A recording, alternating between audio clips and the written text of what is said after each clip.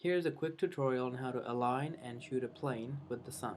Before you do anything, put your solar filter in front of your lens. For this, I'm using my very cheap Opteka 500mm lens and my Fujifilm X-T100.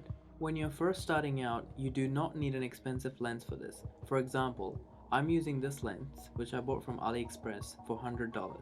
Double check that you have the solar filter on, then point your camera towards the sun. The sun will look relatively small even with 500mm, so put your shutter speed all the way down, overexpose the image, and focus on the brightest spot, which will be the sun.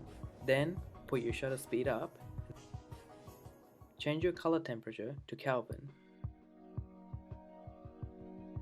and play with your ISO to get something nice.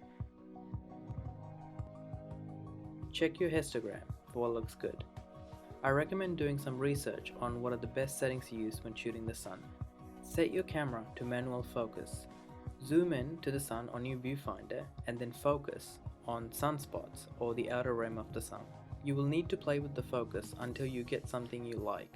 I like to apply some tape so the focus ring doesn't move. Make sure you have set the camera to continuous shutter and you use an intervalometer so you don't shake the camera. If not, set it to video mode and press record. Remember to start shooting 2 to 3 seconds early. When you see a plane heading towards the sun direction, start shooting.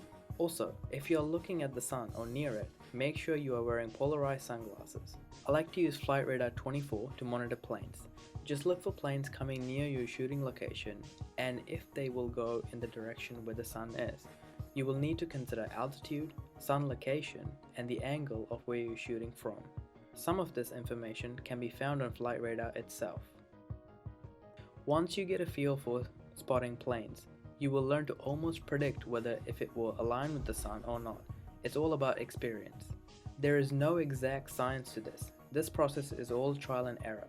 I have been shooting planes for months now and I've only gotten 4 to 5 images.